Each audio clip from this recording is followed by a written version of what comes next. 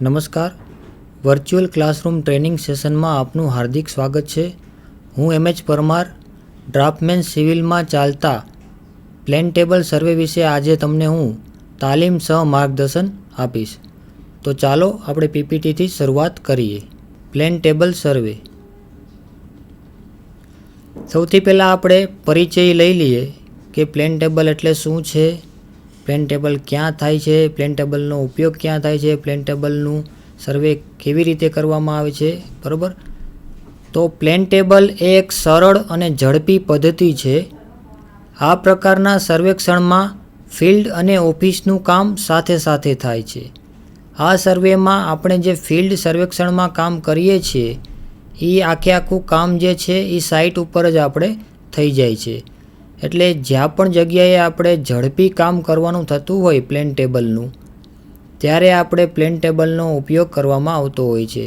જ્યારે ઓછી ચોકસાઈની જરૂરિયાત પડતી હોય, કામ ઝડપી કરવાનું થતું હોય અને ઓન ધી સ્પોટ તમારે જ્યારે નકશો એટલે કે આપણે જે જગ્યાએ સર્વે કરીએ છીએ ત્યાં તમારે નકશો પણ સાથે સાથ તૈયાર થઈ જતો હોય, તો આવી કન્ડિશનમાં આપણે પ્લેન ટેબલ ઉપયોગ કરતા હોઈએ છીએ. પ્લેન ટેબલ સર્વેની અંદર કયા કયા ઇન્સ્ટ્રુમેન્ટ વપરાતા હોય છે તો એ આપણે જોઈ લઈએ. તો પ્લેન ટેબલની અંદર ખાસ કરીને મુખ્ય જે ઇન્સ્ટ્રુમેન્ટ છે એ ડ્રોઈંગ બોર્ડ છે, બીજું એલિડેડ છે, ત્રીજું સ્પિરિટ લેવલ છે, ચોથું યુ પ્લમ્બિક ફોર્ક છે, પાંચમું થ્રુ કમ્પાસ છે, છઠ્ઠું ટેપ છે, સાતમું ડ્રોઈંગ પેપર છે, આઠમું રેન્જિંગ રોડ છે અને નવમું પેગ છે. તો આ એક ડ્રોઈંગ છે, તમે આમાં ડ્રોઈંગમાં જોઈ શકો છો. આ આખું પ્લેન ટેબલ છે. આ સૌથી પહેલાં આપણે જે વાત કરી પહેલું કે જે બોર્ડ છે એ આ બોર્ડની આકૃતિ છે. એની નીચે આપેલું છે ટ્રીપોડ આપેલું છે. ત્યાર પછી આ જે સેન્ટરની અંદર છે ત્યાં આપણે પ્લમ્બોગ રાખીને સેન્ટર માર્કિંગ કરવા માટે યુ ફોકનો ઉપયોગ કરી શકીએ છીએ. નીચે જ્યાં જમીન ઉપર આપેલું હોય સેન્ટરિંગ, ત્યાં આપણે યુ ફોક અને પ્લમ્બોગનો ઉપયોગ કરીને સેન્ટર માર્ક કરી શકીએ છીએ. ત્યાર પછી આ જે વસ્તુ આપેલી છે એ છે એલિડેડ. એલિડેડની ઉપર પ્લેન ટેબલ ઉપર રાખીને આપણે બાયસેક કરીને આલેખન કરવાનું હોય છે. ત્યાર પછી આ જે વસ્તુ દેખાય છે એ છે ટ્રફ કમ્પાસ. એનું આપણે ઉત્તર દિશા દર્શાવવા માટે. ત્યાર પછી આગળ જોઈએ તો સૌથી પહેલાં આપણે વાત કરીએ તો બોર્ડ. તો બોર્ડ કેવું હોવું જોઈએ? તો બોર્ડ જે છે એ લંબચોરસ આકારનું સારી જાતનું લાકડાનું હોય છે. સારી જાતની લાકડાનું ઉપર લીસી સપાટી અને પકવેલી કન્ડિશનમાં હોય છે. ડ્રોઈંગ બોર્ડની જે ઉપરની સપાટી હોય છે એકદમ સ્મૂથ અને લીસી સપાટી હોય છે.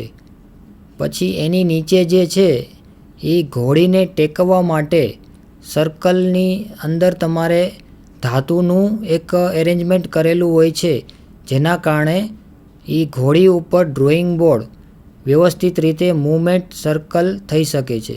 અને એની અંદર એવી વ્યવસ્થા પણ કરેલી હોય છે ક્લેમ્પની કે જેથી કરીને તમારે યોગ્ય દિશામાં તમારે યોગ્ય જગ્યાએ તમારે બોર્ડને ફિક્સ કરવું હોય તો તમારે ફિક્સ કરી શકીએ છીએ.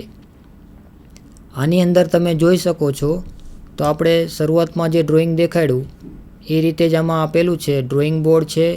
આમાં જો ખાસ જે યુ ફોક છે પ્લમ્બોગ, એનો ખરેખર કેવી રીતે ઉપયોગ કરવો એ આપણે આમાં દર્શાવેલો છે. ઉપર ડ્રોઈંગ શીટની ઉપર આપેલું છે, અણીવાળો ભાગ રાખેલો છે અને નીચે જે પ્લમ્બોગ લટકાયેલો છે એ નીચેનું જે સેન્ટર માર્ક છે એ સેન્ટરિંગ કરવા માટે આપણે ખાસ વપરાય છે. પછી આ સ્પિરિટ લેવલ આપેલું છે, એ ડ્રોઈંગ બોર્ડને લેવલિંગ માટે રાખવા માટે. એલિડેડ આપેલું છે, ટ્રફ કમ્પાસ આપેલું છે અને આ નીચેનું ટ્રીપોડ છે. ત્યાર પછી છે બીજું એલિડેડ. હવે એલિડેડ એટલે લાકડું અથવા તો પિત્તળની બનાવટનું બનેલું હોય છે, જેની એક બાજુ સ્કેલ ગ્રેજ્યુએટ કરેલી હોય છે. આ એલિડેડમાં તમે જુઓ તો આની અંદર એક બાજુ ઓબ્જેક્ટ 1 આપેલો હોય છે અને આ જે ઓબ્જેક્ટ 1 જે આપેલો છે એ જે એલિડેટ છે આના હિંજ કરેલી હોય છે, એટલે આને ઉપયોગ ન હોય ત્યારે તમે એને પાડી શકો છો. અને આ બાજુ સાઇટ 1 આપેલી હોય છે, બરાબર. એના આધારે આપણે લાઇન ઓફ સાઇટ એટલે કે જે જગ્યાએ આપણે રેન્જિંગ રોડ રાખેલો છે એને આપણે દુભાગવો હોય, આલેખન કરવું હોય ત્યારે આપણે અહીંથી જોઈને આપણે સામે ઓબ્જેક્ટમાં એને જે રેન્જિંગ રોડ દેખાય અને બાયસેક કરીને પછી આપણે આલેખન કરવામાં આવતું હોય છે. હવે એલિડેડ હોય એ ઘણી વખતે કેવું હોય કે દૂર દૂર વસ્તુઓનું જ્યારે તમારે સર્વે કરવાનું થતું હોય ત્યારે તમારે અમુક અંશે આ એલિડેડ કામ નથી આવતું. તો એના માટે અત્યારે તમારે ટેલિસ્કોપિક એલિડેડ પણ આવે છે. તો ટેલિસ્કોપિક એલિડેડનો ઉપયોગ કરીને તમારે જ્યારે દૂરની વસ્તુઓ જ્યારે આલેખન કરવાની થતી હોય, રેઝ ખેંચવાનું થતું હોય ત્યારે ટેલિસ્કોપિક એલિડેડનો ઉપયોગ કરીને તમે આ દૂરની વસ્તુઓ તમે જોઈ શકો છો. અથવા તો તમારે જ્યારે ત્રાસું માર્કિંગ કરવાનું થતું હોય કે રેન્જિંગ રોડ ઘણી જગ્યાએ ખાડા ટેકરાવાળી જગ્યાએ હોય તો તમારે સાદા એલિડેડથી તમને દેખાતું ન હોય તો ત્યારે પણ ટેલિસ્કોપિક એલિડેડનો ઉપયોગ કરીને તમે એ રેન્જિંગ રોડને તમે જોઈ શકો છો. તો આ ટેલિસ્કોપિક એલિડેડ હોય છે એની અંદર એવી બનાવટ કરેલી હોય છે કે એની અંદર તમારે દૂરનું વસ્તુઓ પણ તમને દેખાય છે અને ટેલિસ્કોપ છે એ વર્ટિકલ ડાયરેક્શનમાં મૂવમેન્ટ થાય છે, એટલે કે તમે ઉપર નીચે તમે એને કરી શકો છો. આ જે એલિડેડ હોય છે એ સાદું ગન મેટલ, પિત્તળ અથવા તો લાકડાની બનાવટનું બનેલું હોય છે. ત્યાર પછી આપણે બીજું સાધન જોઈએ તો સ્પિરિટ લેવલ છે. બોર્ડને લેવલમાં પ્લેન ટેબલને હોરિઝોન્ટલ પોઝિશનમાં લાવવા માટે આપણે સ્પિરિટ લેવલનો ઉપયોગ કરવામાં આવતો હોય છે. જ્યારે પણ આપણે ડ્રોઈંગ બોર્ડને ઘોડી ઉપર લગાડીએ ત્યાર પછી એને લેવલિંગ કરવામાં આવે છે. તો એ લેવલિંગ કરવા માટે આપણે સ્પિરિટ લેવલનો ઉપયોગ કરવામાં આવે છે. આ સ્પિરિટ લેવલની અંદર તમને અંદર અહીંયા જોશો તો બબલ દેખાશે. જ્યારે પણ આ બબલ સેન્ટરમાં આવી જશે ત્યારે તમારું જે બોર્ડ છે એ લેવલિંગમાં છે એવું કહેવાશે. જ્યારે પણ ઉપર નીચે અથવા તો આગળ પાછળ બબલ હશે તો તમારે એને ઘોડી દ્વારા તમારે એને સેન્ટરમાં બબલને લાવવાનું થશે, ત્યારે આખે આખું ડ્રોઈંગ બોર્ડ જે છે એ લેવલમાં છે એવું કહેવાશે. ત્યાર પછી યુ પ્લમ્બિક ફોર્ક છે. આ યુ જેવો આકાર હોય છે, એલ્યુમિનિયમ ટાઈપનું હોય છે, ઘણી વખતે લોખંડની પણ બનાવટનું તમને જોવા મળે છે. આ યુ પ્લમ્બિક ફોર્ક છે એનો ઉપયોગ આપણે નકશા ઉપર ગ્રાઉન્ડ સર્વેક્ષણ સ્ટેશનને ટ્રાન્સફર કરવા માટે, મેં તમને અગાઉ ડ્રોઈંગ દેખાડ્યું એ રીતે તમારે ડ્રોઈંગ શીટની ઉપરનું જે માર્કિંગ છે એ માર્કિંગ જમીન ઉપર ટ્રાન્સફર કરવાનું હોય ત્યારે યુ પ્લમ્બિક ફોર્કનો ઉપયોગ થતો હોય છે. અથવા તો જમીન ઉપરનું માર્કિંગ હોય છે એ તમારે શીટ ઉપર સેન્ટરિંગ કરવાનું થતું હોય ત્યારે સેન્ટરિંગ કરવા માટે યુ પ્લમ્બિક ફોર્કનો ઉપયોગ થાય છે. ત્યાર પછી છે થ્રુ કંપાસ એટલે કે ટ્રફ કંપાસ. હવે આ જે ટ્રફ કંપાસ છે એ લંબચોરસ પેટીનો બનેલો હોય છે. વચ્ચે મેગ્નેટિક નીડલ્સ આવે છે. એ નીડલ્સ જ્યારે પણ 0 ડિગ્રીએ સેટ થાય ત્યારે ઉત્તર દિશા દર્શાવેલી હોય છે. એક બાજુ એન અને એક બાજુ એસ દર્શાવેલું હોય છે, એટલે ઉત્તર અને દક્ષિણ દિશા તેમાં દર્શાવે છે. જ્યારે પણ ટ્રફ કંપાસ જે 0 ડિગ્રીએ સેટ થાય ત્યારે એની ધારને તમારે લાઈન દોરીને તમે નોર્થ દિશા દર્શાવી શકો છો. આ જે ટ્રફ કંપાસ છે એની અંદર બંને બાજુ ડિગ્રી પણ આપેલા છે, 0થી લઈને 10 ડિગ્રી. તમે અહીંયા જોઈ શકો છો. અહીંયા વચ્ચે સેન્ટરમાં 0 આપેલું છે અને બે બાજુ 10-10 ડિગ્રી આપેલું છે અને અહીંયા પણ સેમ વસ્તુ આપેલી છે. જ્યારે પણ આ મેગ્નેટિક નીડલ્સ છે એ સ્થિર થઈને 0 ઉપર સેટ થાય ત્યારે આપણે આ જે લાઈન છે ટ્રફ કંપાસની એ લાઈનનો ઉપયોગ કરીને આપણે પેન્સિલથી લાઈન ખેંચી લેવાની થાય છે અને જે એ લાઈન જે તમે ખેંચો એ તમારે જે લાઈન દર્શાવે છે એ નોર્થ અને સાઉથ દર્શાવે છે, કે એટલે ઉત્તર અને દક્ષિણ દિશા દર્શાવે છે. ટ્રફ કંપાસનો ઉપયોગ તો ખાસ કરીને ઉત્તર દિશા દર્શાવવા માટે જ થાય છે અને ઘણી વખતે ઓરિએન્ટેશન એટલે કે દિક સ્થાપન કરવા માટે પણ ટ્રફ કંપાસનો ઉપયોગ થતો હોય છે. હવે આવે છે ટેપ. આ ટેપ તો બધાએ જોઈ જ હશે. આનો ઉપયોગ આપણે અંતરનું માપ લેવા માટે થાય છે. માર્કેટમાં તમને ઘણા બધા પ્રકારની ટેપ તમને જોવા મળશે. એની અંદર ફાઇબર ગ્લાસ છે, સ્ટીલ ટેપ છે, ક્લોથ ટેપ છે એટલે કે કાપડની ટેપ છે, પ્લાસ્ટિકની ટેપ છે, ઘણી બધી તમને જોવા મળશે. વધારે પડતી જે આપણે ઉપયોગમાં લઈએ છીએ એ ટેપ છે ફાઇબર ગ્લાસની ટેપ. એની અંદર પણ તમને 5 મીટર, 15 મીટર અને 30 મીટરની ટેપ મળી શકે છે. તો આ બધી ટેપ જે છે એનો ઉપયોગ આપણે ફક્ત અંતરનું માપ લેવા માટે થાય છે.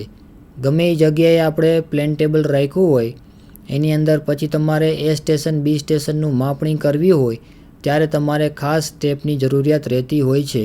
એટલે કે જેવું તમારું સર્વે સાઇટ કેવડી મોટી છે એના ઉપરથી તમે ટેપની પસંદગી કરી શકો છો. 15 મીટરની ટેપ કે 30 મીટરની ટેપ. ત્યાર પછી ડ્રોઈંગ પેપર આવે છે. ડ્રોઈંગ પેપર એટલે આપણે ડ્રોઈંગ જે શીટ જે છે જેની ઉપર આપણે નકશો અથવા પ્લાન કે જે સર્વે કરવાનું છે એ ડ્રોઈંગ પેપર. તો એ ડ્રોઈંગ પેપર છે ડ્રોઈંગ બોર્ડ ઉપર રાખવામાં આવે છે.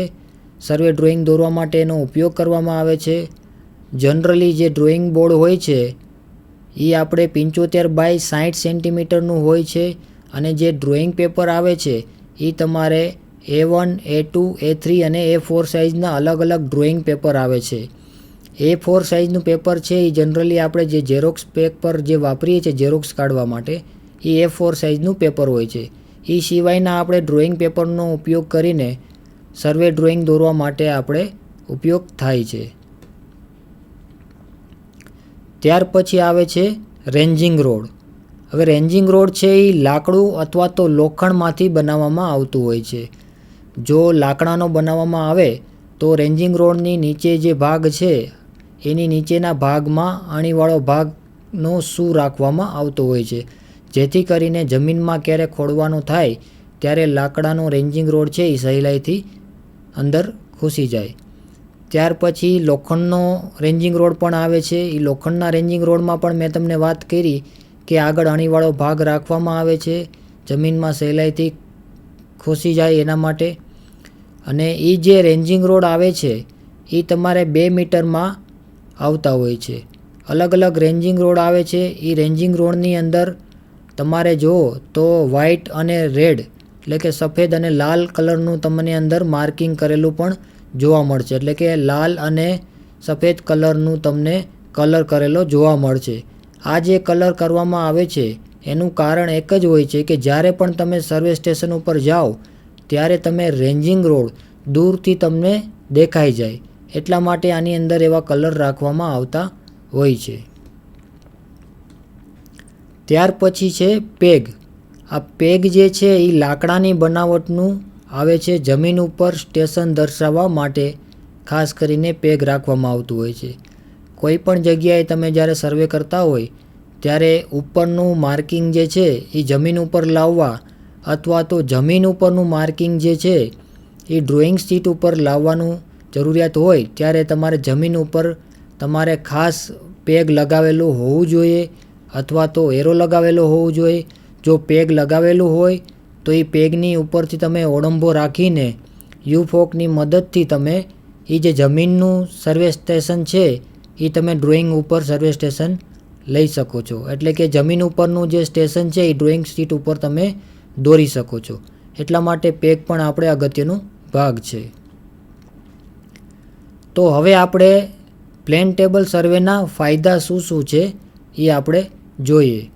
તો સૌથી પહેલાં પ્લેન ટેબલ સર્વેનો ફાયદો એ છે કે ડ્રોઈંગ સાથોસાથ થાય છે. એટલે કે જ્યારે પણ તમે સર્વે કરો ત્યારે જ એ દિવસે જ તમારે ડ્રોઈંગ તમારે તૈયાર થઈ જતું હોય છે. એટલે કે વધારાની તમારે ફિલ્ડ બુકની જરૂરિયાત રહેતી નથી.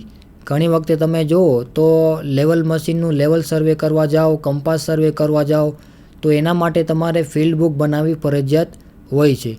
જ્યારે પ્લેન ટેબલ સર્વે કરો તો એમાં તમને ડ્રોઈંગની સાથે સાથે જ તમને સર્વેની સાથે સાથે જ તમને ડ્રોઈંગ તમને મળી જાય છે, એટલે તમારે ફિલ્ડ બુકની જરૂરિયાત રહેતી નથી. ત્યાર પછી ચુંબકી વિસ્તારમાં પ્લેન ટેબલ સારું કહેવાય. ઘણી જગ્યાએ તમને જો તો ચુંબકી વિસ્તાર હોય ત્યાં ઘણી વખતે પ્રિઝમેટિક કંપાસનું સર્વેક્ષણ કરવા જાઓ તો એરર આવતી હોય, તો આવી કન્ડિશનમાં તમે પ્લેન ટેબલ સર્વેનો ઉપયોગ કરીને સારી એવી ચોકસાઈ મેળવી શકો છો. ત્યાર પછી કુશળ સર્વેયરની જરૂરિયાત નથી. જ્યારે બીજા ઇન્સ્ટ્રુમેન્ટનો ઉપયોગ તમે કરો સર્વે માટે, તો એના માટે તમારે કુશળ સર્વેયરની જરૂરિયાત રહેતી હોય છે. એને આપણે વધારે પડતી શીખવાડવાની જરૂરિયાત રહેતી હોય છે. જ્યારે પ્લેન ટેબલ સર્વે એવું હોય છે કે જેમાં તમે એક વખત કોઈ પણને શીખવાડી દો તો એને એક વખતમાં તમને એને આવડી જાય, એટલે કે કુશળ સર્વેયરની આપણે પ્લેન ટેબલ સર્વેમાં જરૂરિયાત રહેતી નથી. ત્યાર પછી આ જે સર્વે હોય છે એ ઝડપી હોય છે.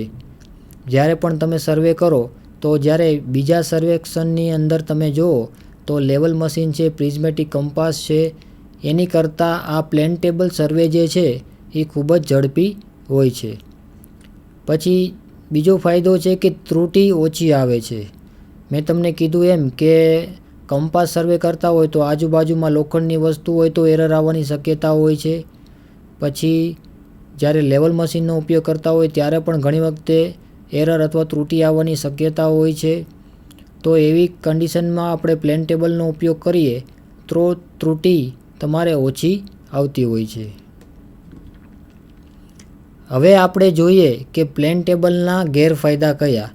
જેમ પ્લેન ટેબલના ફાયદાઓ પણ ઘણા છે, એમ પ્લેન ટેબલના ગેરફાયદાઓ પણ હોય છે. તો સૌથી પહેલાં એનો ગેરફાયદો કયો છે કે ફિલ્ડ બુક ના હોવાથી સુધારો થાય નહીં. એટલે આની અંદર મેં તમને કીધું એમ કે ફિલ્ડ બુક હોતી નથી, એટલે ફિલ્ડ બુક ન બનાવવાની હોય તો તમે જે ડ્રોઈંગ દોરેલું હોય છે એ ડ્રોઈંગ એઝ ઇટ ઇઝ, એટલે કે જે પોઝિશનમાં જે છે એમાં કાંઈ તમે સુધારો કરી શકતા નથી. એટલે કે ફિલ્ડ બુક ના હોય એટલે તમારે આમાં કંઈ પણ જાતનો તમે સુધારો કરી શકતા નથી. એમાં સ્કેલમાં પણ તમે કંઈ સુધારો કરી શકતા નથી. ત્યાર પછી બીજો ગેરફાયદો એ છે કે જ્યારે વરસાદ કે પવનમાં આવતો હોય ત્યારે આ તમારે પ્લેન ટેબલ સર્વે છે એ વધારે અનુકૂળ આવતું નથી. કારણ કે વરસાદમાં ડ્રોઈંગ શીટ ઉપર રાખેલી હોય તો શીટ પલળી જતી હોય છે અને વધારે પડતા પવનની અંદર ડ્રોઈંગ બોર્ડ છે અથવા તો ડ્રોઈંગ શીટ છે એ ઉડી જવાની શક્યતા હોય છે. એટલે વધારે પવન આવતો હોય કે વધારે વરસાદ હોય તો આવી કન્ડિશનની અંદર આપણે આ સર્વેક્ષણ થતું નથી. ત્યાર પછી છે જાડી ઝાખરામાં ચોકસાઈ મળતી નથી. ઘણી વખતે કેવું હોય કે જાડી ઝાખરા આજુબાજુ આવતા હોય તો એ જગ્યાએ તમે ચોક્કસ તમે છે આલેખન કરી શકતા નથી. બાયસેક તમે રેન્જિંગ રોડ દુભાગી શકતા નથી. તો આવી કન્ડિશનમાં જાડી ઝાખરાવાળા વિસ્તારમાં પણ ઘણી વખતે ચોકસાઈ તમારે મળતી નથી. પછી બીજો ગેરફાયદો છે કે અંધારામાં સર્વેક્ષણ થતું નથી. અંધારું હોય તો એવામાં આપણે આ સર્વે કરી શકીએ નહીં. ત્યાર પછી બીજો ગેરફાયદો છે કે મોટા વિસ્તારનું સર્વેક્ષણ થતું નથી. જ્યારે પણ મોટો વિસ્તાર હોય ત્યારે તમારે સર્વે કરવાનું થાય તો પ્લેન ટેબલ અનુકૂળ આવતું નથી. એટલે જ મેં તમને પહેલાં કીધું કે પ્લેન ટેબલ સર્વેક્ષણ છે એ નાનો વિસ્તાર અને ઓછી ચોકસાઈની જરૂરિયાત હોય ત્યારે તમારે પ્લેન ટેબલ સર્વેની જરૂરિયાત રહે છે. એટલે કે ત્યારે તમારે પ્લેન ટેબલ અનુકૂળ આવે છે. ત્યાર પછી હેરફેર કરવી જટિલ છે. આ એક મોટો ગેરફાયદો છે. કારણ કે પ્લેન ટેબલ સર્વેની અંદર તમે જુઓ તો આપણે એની અંદરના જે સાધનો જોયા તો એની અંદર આપણે યુફોક છે, સ્પિરિટ લેવલ છે, ટ્રફ કંપાસ છે, એલઈડી છે, આ બધાય છૂટા સાધનો હોય છે. એટલે એક જગ્યાએથી બીજી જગ્યાએ તમારે એને લઈ જવા હોય તો થોડાક જટિલ છે અને રસ્તામાં પણ પડી જવાની શક્યતાઓ હોય છે. એટલા માટે આપણે એક આ મોટો ગેરફાયદો છે કે જ્યારે પ્લેન ટેબલને બીજી જગ્યાએ ફેરવવાનું થાય તો થોડુંક કંટાળાજનક છે અને હેરફેર કરવી થોડીક જટિલ હોય છે. હવે પ્લેન ટેબલ સર્વેક્ષણની પદ્ધતિઓ કઈ કઈ છે. આપણે પ્લેન ટેબલ સર્વેક્ષણ કરીએ તો એની પદ્ધતિઓ આવે છે. એની અંદર સૌથી પહેલાં પદ્ધતિ છે ટ્રાયેંગ્યુલેશન મેથડ, બીજું છે રેડિયેશન મેથડ, ત્રીજું છે ટ્રાવર્સિંગ મેથડ અને ચોથું છે રીસેક્શન મેથડ. તો આપણે કઈ જગ્યાએ પ્લેન ટેબલ સર્વેક્ષણ કરવાનું છે, કેવી સાઇટ છે, કેવી પરિસ્થિતિ છે, એ પ્રમાણે જોઈને આપણે આ ચારે ચાર મેથડમાંથી કોઈ એક મેથડનો ઉપયોગ કરીને પ્લેન ટેબલ સર્વેક્ષણ તમે કરી શકો છો.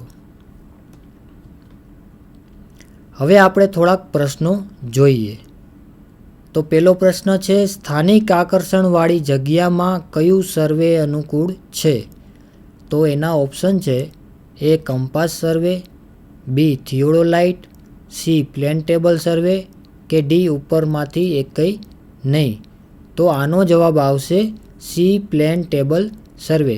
કારણ કે સ્થાનિક આકર્ષણવાળી જગ્યા હોય ત્યાં એમાં તમારે પ્લેન ટેબલ છે એ સુટેબલ રહે. કારણ કે આવી જે જગ્યા છે એમાં કંપાસ સર્વેક્ષણ કરવું હોય તો તમને સ્થાનિક આકર્ષણ નડતું હોય છે. એટલા માટે સ્થાનિક આકર્ષણવાળી જગ્યામાં ખાસ કરીને પ્લેન ટેબલ સર્વે અનુકૂળ આવે છે. એટલે આનો જવાબ આવશે તમારે સી પ્લેન ટેબલ સર્વે.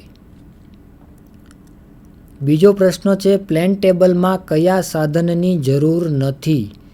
બરાબર, આપણે અગાઉ સાધનો જોયા એમાંથી આમાં કયા સાધનો છે એની જરૂર રહેતી નથી? તો ઓપ્શન છે એ ટ્રિપોઇડ, બી એલિડેડ, સી ટ્રફ કંપાસ અને ડી પ્રિઝમેટિક કંપાસ. તો આ ચારેયમાંથી આપણે જવાબ આવશે ડી પ્રિઝમેટિક કંપાસ. કારણ કે પ્લેન ટેબલની અંદર ટ્રિપોઇડ જોઈએ એટલે કે ઘોડી જોઈએ છે આપણે. કારણ કે ડ્રોઈંગ બોર્ડ જે છે જેના ઉપર ટેકવી છીએ એ આપણે ઘોડી ઉપર ટેકવી છીએ. ત્યાર પછી એલિડેડના ઉપયોગથી આપણે આલેખન કરી શકીએ છીએ, એટલે એલિડેડની પણ જરૂરિયાત રહે છે. પછી ટ્રફ કંપાસ છે, તો ટ્રફ કંપાસના ઉપયોગથી આપણે ઉત્તર દિશા અને દિક સ્થાપનની જરૂરિયાત રહેતી હોય છે, એટલે ટ્રફ કંપાસની પણ આપણે જરૂરિયાત પડે છે. અને પ્રિઝમેટિક કંપાસ, તો પ્રિઝમેટિક કંપાસ એ આખો અલગ સર્વેક્ષણનું છે મશીન. એટલે પ્લેન ટેબલની અંદર આપણે પ્રિઝમેટિક કંપાસનો ઉપયોગ થતો નથી. એટલે આની અંદર આપણે જવાબ આવશે ડી પ્રિઝમેટિક કંપાસ. ત્રીજો પ્રશ્ન છે, પ્લેન ટેબલ સર્વેમાં શું એક સાથે થાય છે? તો એના ઓપ્શન છે એ નકશો, B field book, C level note, D ઉપરનું એકય નહીં. તો આનો જવાબ આવશે એ નકશો. આપણે અગાઉ જોઈ ગયા એ પ્રમાણે કે પ્લેન ટેબલની સાથે સાથે સર્વેની સાથે સાથે નકશો પણ તૈયાર થાય છે. એટલે આનો જવાબ એ નકશો આવશે. અને આની અંદર આપણે ફિલ્ડ બુકની જરૂરિયાત રહેતી નથી. પછી લેવલ નોટની પણ જરૂરિયાત રહેતી નથી. એટલે આ જે બી, સી અને ડી ઓપ્શન છે એ કંઈ નહીં આવે. આનો આ સાચો જવાબ આવશે એ નકશો. ચોથો પ્રશ્ન છે, પ્લેન ટેબલ સર્વેમાં શેની જરૂર નથી? આ પ્લેન ટેબલ સર્વેક્ષણ આપણે કરીએ એમાં નીચેનામાંથી કેની જરૂર પડતી નથી? તો એની અંદર ઓપ્શન આપેલા છે એ બોર્ડ, બી ફિલ્ડ બુક, સી પેગ કે ડી ડ્રોઈંગ શીટ. તો આની અંદર આપણે જવાબ આવશે બી ફિલ્ડ બુક. કારણ કે પ્લેન ટેબલની અંદર ફિલ્ડ બુકની કોઈ પણ જરૂરિયાત રહેતી નથી. ડ્રોઈંગ બોર્ડનો ઉપયોગ થાય છે ડ્રોઈંગ શીટ ઉપર રાખીને એમાં આલેખન કરવા માટે. પેગનો ઉપયોગ કરીએ છીએ આપણે નીચેનું ડિમાર્કેશન કરવા માટે. અને ડ્રોઈંગ શીટ આપણે ડ્રોઈંગ જે બનાવવા માટે ડ્રોઈંગ શીટનો ઉપયોગ કરીએ છીએ. એટલે આનો જવાબ આવશે બી ફિલ્ડ બુક. પ્લેન ટેબલમાં બી ફિલ્ડ બુકની જરૂરિયાત રહેતી નથી. પાંચમું છે, એલિડેડ કઈ ધાતુની બનેલી હોય છે? આપણે જોઈ કે એક એલિડેડ છે એ સાદી એલિડેડ છે અને બીજું ટેલિસ્કોપિક એલિડેડ છે. તો આ એલિડેડ છે એ કઈ ધાતુની બનાવેલી હોય છે? એના ઓપ્શન આપેલા છે એ પિત્તળ કે લાકડા, બી લોખંડ, સી એલ્યુમિનિયમ કે ડી પ્લાસ્ટિક. તો આનો જવાબ આવે છે એ પિત્તળ કે લાકડાની બનાવટમાંથી એલિડેડ બનેલી હોય છે. છઠ્ઠું છે, ઉત્તર દિશા અને દિક સ્થાપન કરવા માટે શેનો ઉપયોગ થાય છે? ઉત્તર દિશા નોર્થ ડાયરેક્શન અને દિક સ્થાપન એટલે કે ઓરિએન્ટેશન કરવા માટે આપણે કયા સાધનનો ઉપયોગ કરીએ છીએ? તો એના ઓપ્શન આપેલા છે એ પ્લમ્બોબ, બી યુફોક, સી ટ્રફ કંપાસ કે ડી લેવલ ટ્યુબ. તો તો આનો જવાબ આવશે સી ટ્રફ કંપાસ. આપણે અગાઉ વાત કરી હતી કે ટ્રફ કંપાસના ઉપયોગથી આપણે ઉત્તર દિશા અને ઓરિએન્ટેશન એટલે કે દિક સ્થાપન કરવામાં આવે છે. એટલે છઠ્ઠાનો જવાબ આપણે આવશે સી ટ્રફ કંપાસ. સાતમું છે જાડી ઝાખરાવાળી જગ્યાએ પ્લેન ટેબલ સર્વે અનુકૂળ થાય કે કેમ. જાડી ઝાખરાવાળી જગ્યા હોય ને એમાં તમારે પ્લેન ટેબલ સર્વેક્ષણ કરવાનું થતું હોય તો ખરેખર થાય કે કેમ. તો એના ઓપ્શન છે હા, એ હા, બી ના, સી ક્યારેક ક્યારેક, કે ડી ઉપરના એકેય નહીં. તો મેં તમને અગાઉ પણ વાત કીધી હતી કે જાડી ઝાખરાવાળી જગ્યા હોય તો એવી જગ્યાએ આપણે પ્લેન ટેબલ અનુકૂળ થતું નથી. તો આનો જવાબ આવશે બી ના. બરાબર, કારણ કે જાડી ઝાખરાવાળી જગ્યાઓ હોય એમાં તમારે આલેખન તમને થતું નથી. જે રેન્જિંગ રોડ જે દુભાગવાનો હોય તમને એ બરાબર દેખાતો નથી. એટલે જાડી ઝાખરાવાળી જગ્યાએ અથવા તો ખાડા ટેકરાવાળી જગ્યા હોય ત્યાં પણ તમારે ઘણી વખતે પ્લેન ટેબલ સર્વેક્ષણ છે એ અનુકૂળ આવતું નથી.